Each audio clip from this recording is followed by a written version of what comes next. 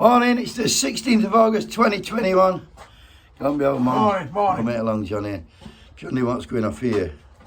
I've had a complaint, these stickers here Someone's sticking them everywhere. that have been stuck about and people are complaining. So if you don't like them, just pull it off and chuck it in the bin, it's not hard.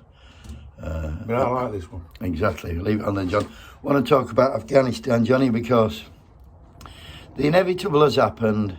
The troops are out and Taliban have taken over control, or just about taken over, and there's hell on. And you know what, I'll tell you what, them Taliban, do you know why they don't like him, John? Well, they did orbit Al-Qaeda were in. The reason for going in there were Al-Qaeda, and they've exterminated them, Americans and British. So Taliban, they're going to run show. But Taliban, you know what they do with women? They don't let them go on bus. Women can't go on public transport and they have to wear a burqa all the time. They can walk. They have to walk, yeah. Anyway, that's the only bad things what press have dug up about them as yet. And I was thinking, like, I feel sorry for people in Afghanistan because majority of people in Afghanistan don't want the Taliban in power. A bit like in Britain, where only 40% of people want Tories in power. And I thought to myself, made a few notes again here, and I thought, just think if them Taliban, if Gaffer goes and spends £1,000 a roll on wallpaper for his house, how bad would that be, John? It's terrible, isn't it? Or what if you built a green hill in Kabul, better put it, Kabul, sorry, and then that costs, say, £5 million, what would people think?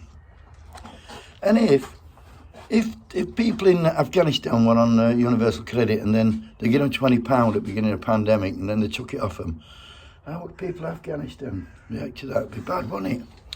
And also, what if the 160,000 Afghans dead due to a pandemic, mainly old people?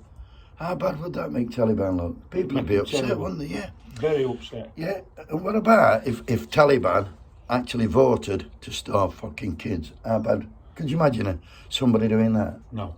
How bad would that make him? And could you imagine that Taliban started cutting benefits and starving people, creating loads of homeless? Could you imagine how bad that would be? Sound a bit like fucking Tories. Oh, you got it, John.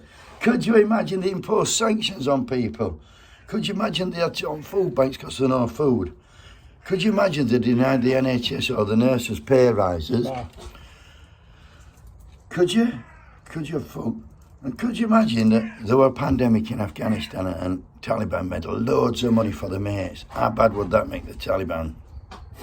And the biggest thing for me, Johnny, now I'm going from Taliban, now you've got just at Tories, in a country where you have to have affordable homes, the fucking clues in the name, affordable. There ain't none now. There ain't none. And you have to have a living wage, not just a wage, it's got to be a living wage, a minimum of a living wage.